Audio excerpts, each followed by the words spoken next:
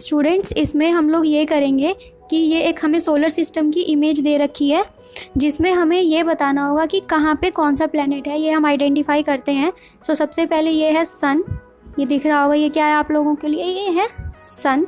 सन से जो सबसे नियरेस्ट प्लैनेट होता है वो हमें ये दिखाई दे रहा है, ये वाला, ये सबसे नियरेस्ट प्लैनेट होता है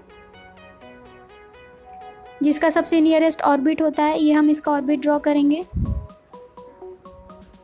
और क्या नाम होता है इसका, इस वाले प्लैनेट का, ये है mercury. This one is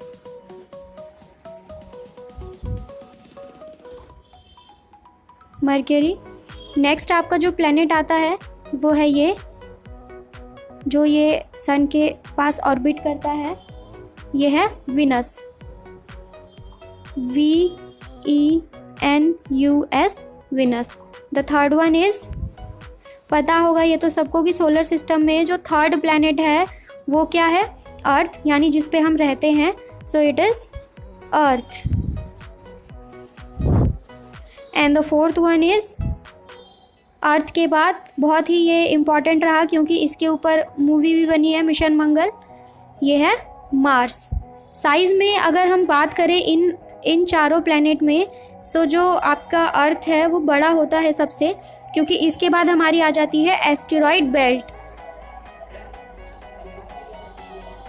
asteroid belt, asteroid belts, यहाँ पे बहुत सारे एस्टेरॉयड हैं जो न्यूज़ में भी आता रहता है कि इनमें से कोई एस्टेरॉयड कभी किसी प्लैनेट से टकराने वाला होता है इस तरीके से। सो ये वही एस्टेरॉयड हैं। ये छोटे छोटे रॉक पीसीज होते हैं, कुछ बड़े भी होते हैं, कुछ छोटे भी होते हैं, डिफरेंट साइज़ के यहाँ पे रॉक पीसीज होते हैं जो मूव करते रहते हैं ऑर्बिट में प्लैनेट के साथ साथ, और सन की ग्रेविटेशन फोर्स से या और भी प्लैनेट की ग्रेविटेशन फोर्स से कभी ये किसी के ऑर्बिट में आ जाते हैं और उससे टकराने का कभी ना कभी इसकी पॉसिबिलिटी बन जाती है। सो ये एस्टेरॉयड बेल्ट के अंदर ये 4 प्लैनेट्स आते हैं। अब बात करते हैं एस्टेरॉयड बेल्ट के बाहर जो सबसे फर्स्ट प्लैनेट है,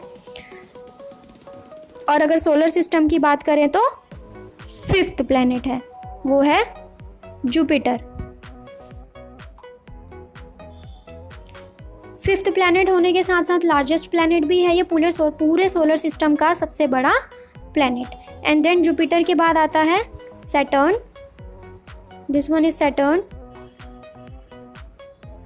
सैटर्न के बाद आता है यूरेनस,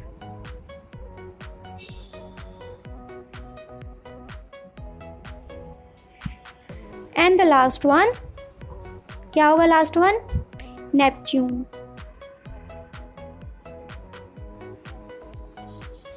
सो ये थे हमारे सोलर सिस्टम के सारे प्लैनेट्स के नाम।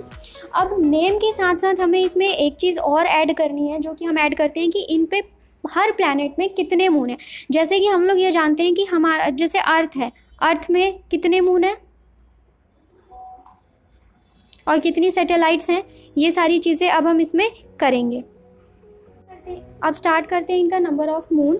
सो सबसे पहले जो सबसे नियरेस्ट प्लैनेट था यानी मरकरी, इसमें 0 मून है, और विनस के भी 0 मून है, इनके पास कोई मून नहीं है। अब आते हैं अर्थ पे। अर्थ का तो हम सबको पता है, अर्थ has 1 moon which is confirm, जो हमें दिखता भी है, और इसका कोई मून नहीं है।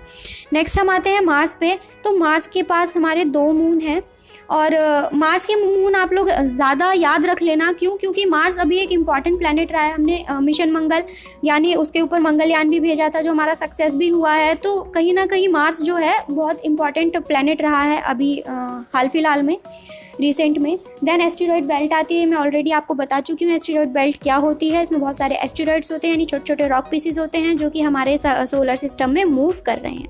इसके बाद आते हैं जुपिटर पे। ये लार्जेस्ट प्लैनेट होने के साथ साथ इसके पास सबसे ज़्यादा मून है, यानी कि टोटल नंबर ऑफ मून है 79, आउट ऑफ विच 53 हमारे कन्फर्म्ड हैं। ओके, 53 कन्फर्म्ड हैं और 26 प्रोविजनल है। दैट मीन्स कि ये भी मून है लेकिन अभी ये प्रोविजनल, अभी ये कंफर्म नहीं हुए हैं। देन इसके बाद सेकंड उस पे प्लैनेट पर आते हैं सेकंड लार्जेस्ट, जो कि है सैटर्न।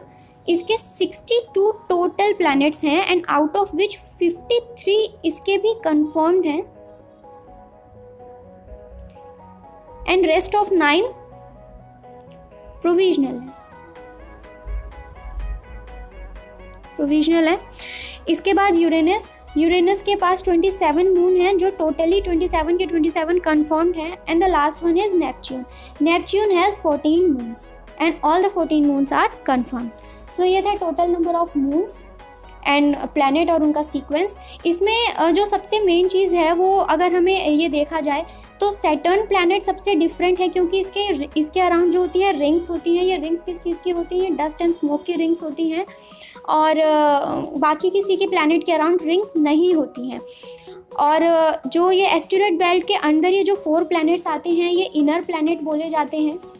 ये इनर प्लैनेट बोले जाते हैं क्योंकि ये एस्टेरॉयड बेल्ट के अंदर हैं, और ये जो इनका सरफेस होता है ये लैंड होता है, यानी इन पे ज़मीन होती है, लिथोस्फीयर होती है। और जो एस्टेरॉयड बेल्ट के बाहर प्लैनेट आते हैं ये आउटर प्लैनेट बोले जाते हैं। क्यों आउटर प्लैनेट है? क्योंकि एस्टेरॉयड बेल्ट के बाहर हैं ये चारों, और इनका जो सरफेस है वो एक्चुअल में डस्ट, स्मोक, यही सारी चीज़ें हैं। इनके पास लिथोस्फीयर यानी ज़मीन नहीं है और वाटर भी नहीं है। सो ये था ऑल अबाउट सोलर सिस्टम और उनके प्लैनेट्स के बारे में। नेक्स्ट वीडियो में फिर हम इससे अलग कुछ करेंगे और मिलते हैं फिर नेक्स्ट वीडियो में।